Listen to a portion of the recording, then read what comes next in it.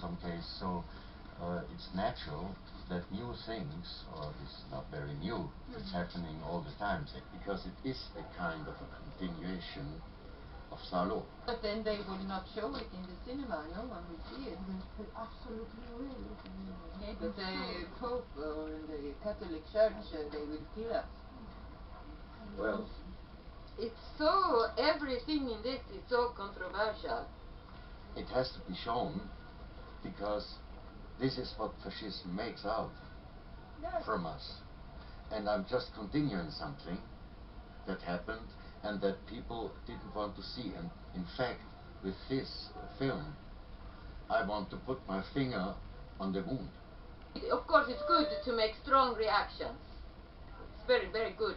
But also, if they, you know, you can have been really, really, you could be killed for this. Certainly it is a risk, but life at all is a risk.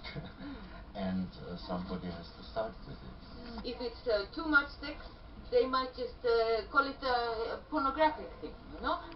Instead of talking about the political, the very important political message. That's what worries me.